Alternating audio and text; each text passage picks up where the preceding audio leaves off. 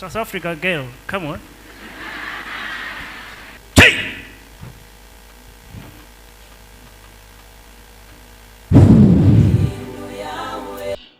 Osachedwa pompa tikupasirani zozizitswa zimene prophet wina wa Malawi muno akuchita.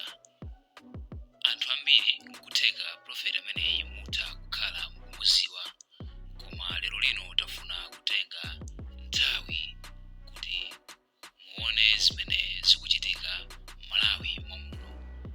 Izitu zikuchitika kuzomba, kumalosa, kumeneko kuli Prophet Chitete Ministries.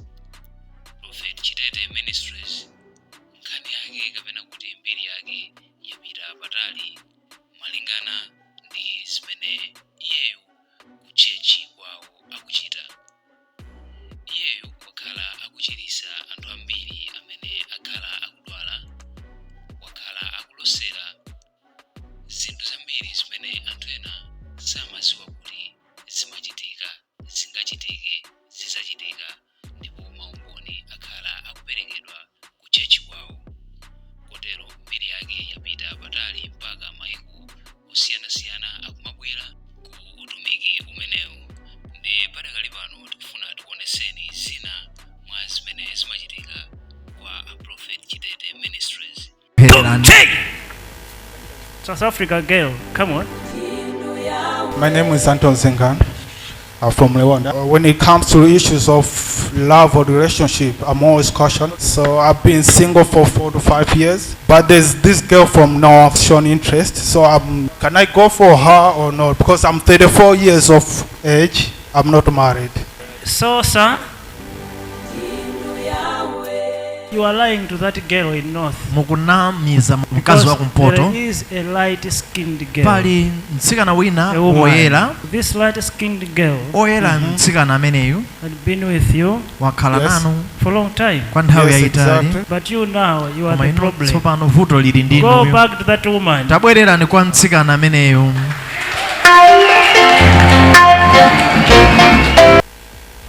Man of God, I'm here to confirm about the prophet that you gave me. You said about the light-skinned girl that I've been in relationship with for many years. I want to confirm that it is true, that I've been with this girl for many years. Initially, I dated her when she was going into Form 2, Form 4. You see, that time I just graduated from college.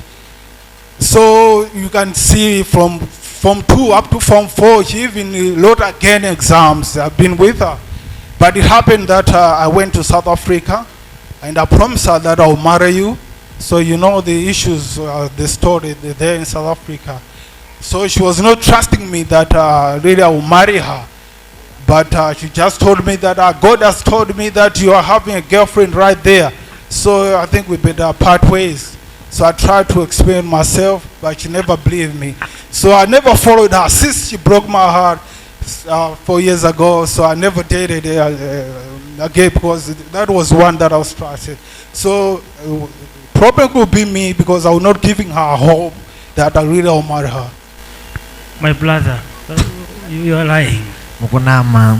Now let us remember. Tikumbukire. You remember you went there? Munapita kumeneko. Remember this other woman with the bag like that? That is exactly man of God. That is true 100% man of God. And that girl, nobody can say no to her. She was beautiful, but the one that I was with her, she was strained, and that one she was shabby. You know, South Africa girls, South Africa girls can temptate you. So you know, that is it. My brother, God loves you. Mukama ukonda. South Africa girl, come on.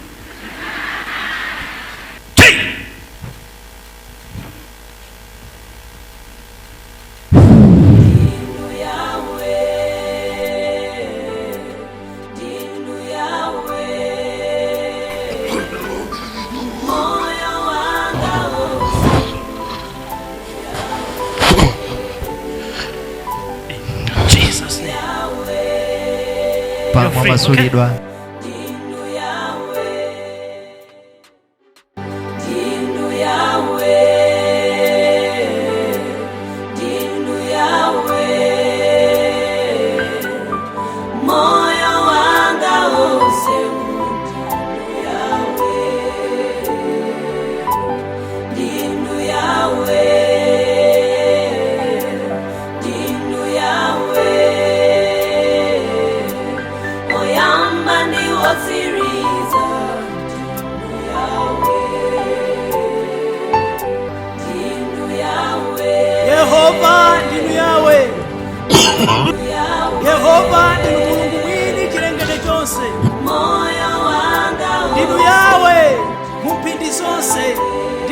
munyengo zonse palibenso mulungu wina ngati inu. Woyera, woyera, woyera, mfumu yokhala pambano kwamuyaya, wopembedzedwa ndi maulamuliro wonse ndi angelo onse. Atate Thanthwe la chipulumutso, ndinu Ambuye wamuyaya, ndinu Atate wopereka moyo, ndinu thandizo, ndinu mphamvu, ndinu moyo. Yehova, ndinu Mulungu wa Isaka, ndinu Mulungu wa Yakobo, ndinu Mulungu wokhulupirika usana ndi usiku. Ndinu Yahweh, ndinu Yahweh, moyo wanga wonse ndinu Yahweh, ndinu Yahweh, ndinu Yahweh, moyo wanga wonse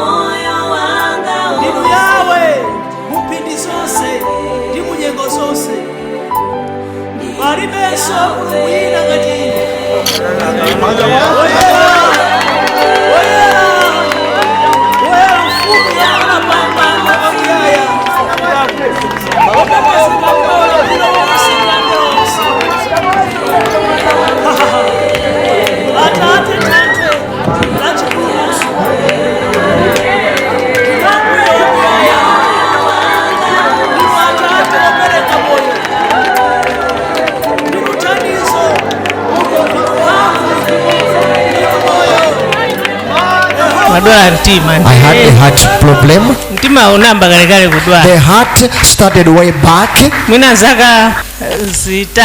It's been over 3 years. I'm so much happy. I wasn't able to walk properly, but today I've managed to walk. Okay, dance for your healing now. Dance for your healing. Dance for your healing.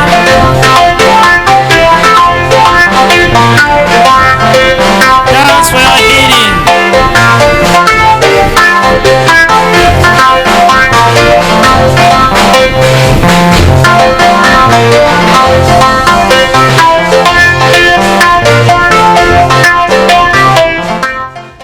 My name is Honesta Chulu from Chipata, Zambia. I want to find out why I always dream about my dead grandma. This is a name that you were given from the grandmother, but this name is one of the name of the dead person. This is why you see yourself dreaming about her. The name is the reason of the dream. My name is Honesta Chulu from Chipata, Zambia. I want to confirm what the man of God has said. I was named Honesta Chulu by my grandma, and the same name, it was from the person that died. And I always dream about the same person.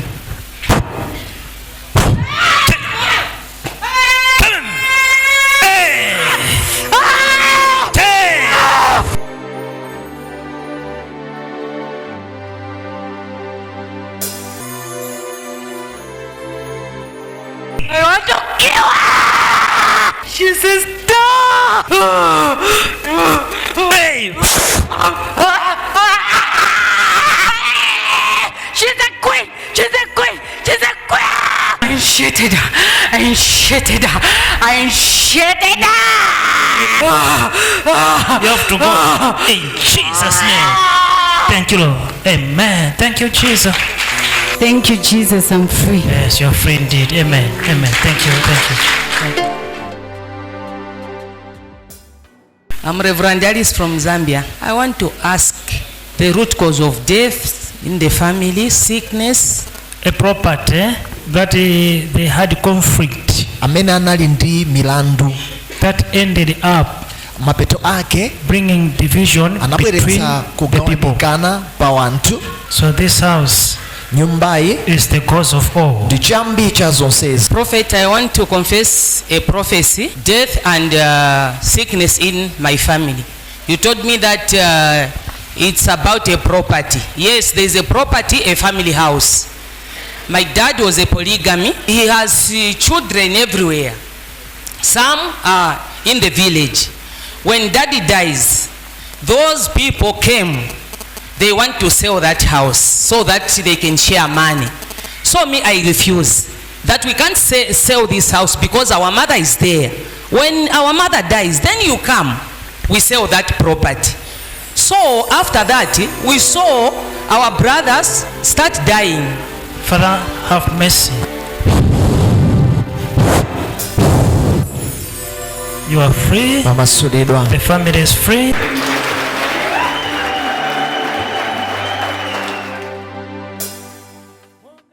My name is Evangelist Ruben Nyundu, coming from Zambia.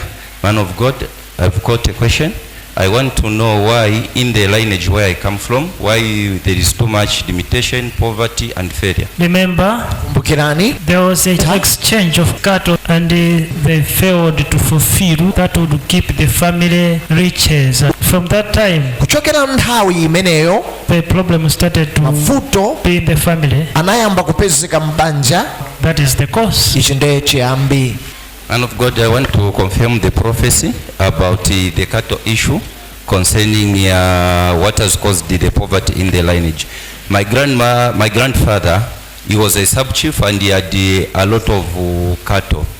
Now before he died, he requested of my grandmother to exchange a blanket and a cattle so that he can use that blanket before he died, but my grandmother refused.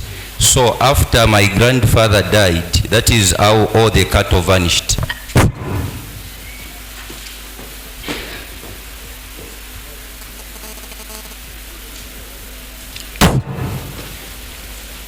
You are blessed.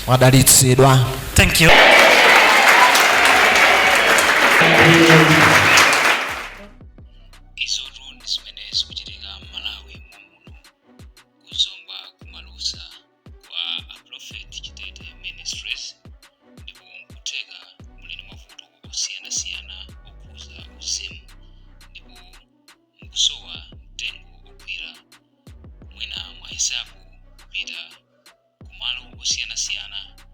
Koma a prophet chitete abwera kuti ngati pali nkhani zilizonse zofuna kupempheredwa chechi chawo ndi chotsegula manamba awo